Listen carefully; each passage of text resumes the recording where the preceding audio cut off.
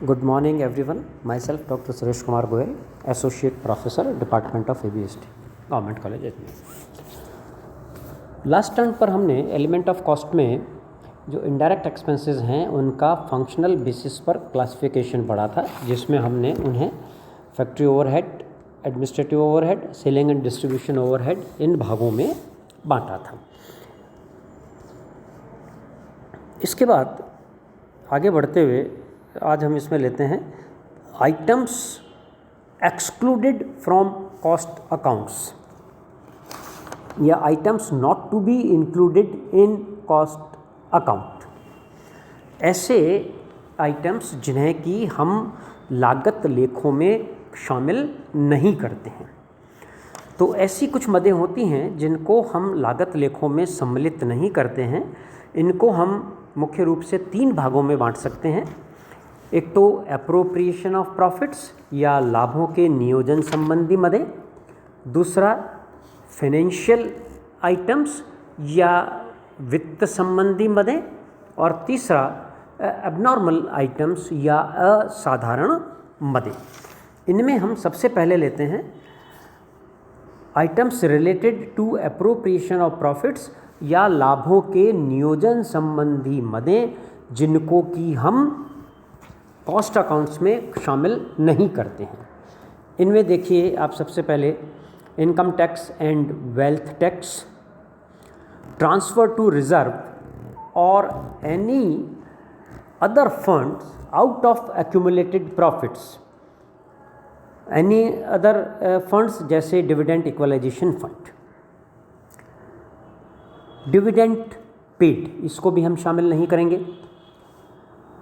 Charitable donations या पुण्यार्थ दान, इनको हम शामिल नहीं करेंगे। Excess provision for depreciation of building plant etcetera, तो अधिक जो हमने डेप्रिसिएशन का आयोजन किया है वो चीज़ें शामिल नहीं करेंगे। अमाउंट्स रिटन ऑफ, कुछ हम राशियाँ राइट ऑफ करते हैं एक साथ P&L में चार्ज नहीं करके, उसका कुछ हिस्सा हम हर साल राइट ऑफ करते हैं, जिसके उदाहरण हो सकते हैं गुडविल है, प्रीलिमिनरी एक्सपेंसेस है, अंडरराइटिंग कमीशन है, discount of shares and debentures issue expenses, capital issue expenses, ये सब चीज़ें जिनका हम कुछ भाग हर साल राइट ऑफ करते हैं। तो ऐसे एप्लीकेट की गई राशियाँ वो भी हम इसमें शामिल नहीं करेंगे। अप्रोप्रिएशन ऑफ सिंकिंग फंड, भुगतान कोष नियोजन में अगर हमने कोई राशियाँ ट्रांसफ़र की है तो वो भी नहीं हम शामिल करेंगे। तो ये जो लाभों के नियोजन संबंधी मदें हैं, इनको हम लागत लेखों में शामिल नहीं करेंगे। इसी प्रकार आइटम्स ऑफ प्योर फाइनेंस या वित्त संबंधी मदें, इनको हम 2 भागों में बांट सकते हैं, वित्तीय व्यय और वित्तीय आय। वित्तीय व्यय में आप दे सकते हैं इंटरेस्ट ऑन डिबेंचर्स, ग्रेच्युटी और पेंशन्स, प्रॉफिट और loss on sale of fixed assets, penalties and fines, damages payable, interest on bank loan, cost of appeals for income tax and wealth tax, और एक बड़ा item cash discount allowed. Cash discount हम इसमें शामिल नहीं करते हैं।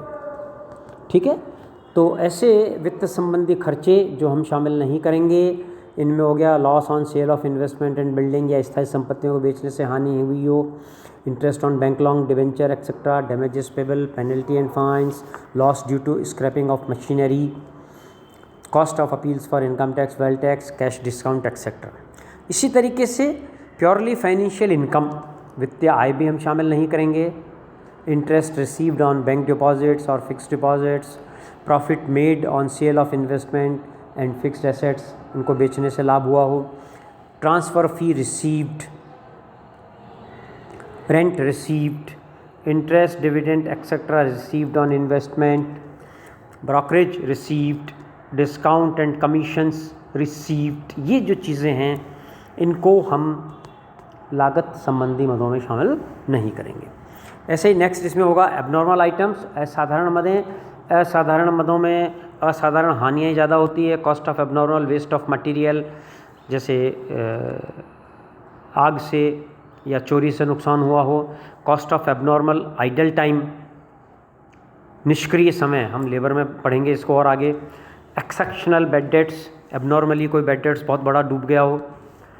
Cost of abnormal item idle time, exceptional bad debts, cost of abnormal idle facilities, loss to business property on account of theft, fire etcetera.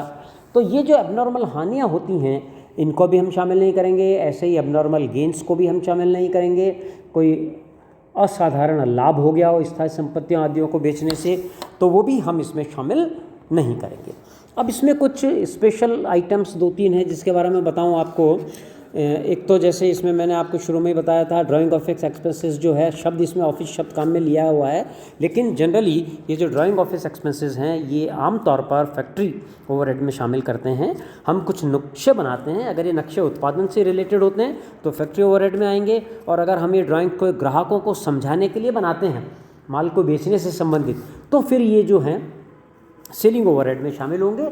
कुछ नहीं कहा जाए तो हम इसको जो है इसको फैक्ट्री ओवरहेड में हम शामिल कर लेंगे। इसी तरीके से पैकिंग मटेरियल, इसके बारे में भी मैंने आपको बताया था कि पैकिंग मटेरियल जो प्राइमरी पैकिंग मटेरियल है, जो प्रोडक्ट को कारखाने से बाहर ले जाने के लिए आवश्यक है, तो वो पैकिंग मटेरियल जो है प्राइमरी पैकिंग होगा। वो प्राइमरी पैकिंग जो है डायरेक्ट मटेरियल में शामिल होगा। और ट्रांसपोर्ट में सुविधा के लिए अगर हम सेफ्टी के लिए जो पैकिंग कर रहे हैं वो डिस्ट्रीब्यूशन ओवरहेड्स में शामिल होगा। ऐसे ही काउंटिंग ऑफिस एक्सपेंसेस होते हैं, माल को गिनने से संबंधित कुछ खर्चे हैं, कच्चे माल के गिनने से संबंधित खर्चे हैं, तो वो जो है आपके डायरेक्ट कॉस्ट का भाग हो जाएगा। और अगर निर्मित माल को गिनने से संबंधित खर्चे हैं तो ये आपके सेलिंग एंड डिस्ट्रीब्यूशन ओवरहेड्स में शामिल हो जाएंगे। तो इस प्रकार से हमने देखा कि यहाँ पर कुछ खर्चे ऐसे होते हैं जिनको हम कॉस्ट में शामिल नहीं करते हैं, और कुछ स्पेशल खर्चे हैं जिनको हम किस प्रकार से शामिल कर रहे हैं। तो आज हम इतना ही देखेंगे, यहीं तक सीमित रखेंगे। नेक्स्ट टर्न पर फिर हम आगे लेंगे कंपोनेंट्स ऑफ कॉस्ट। तब तक के लिए थैंक यू।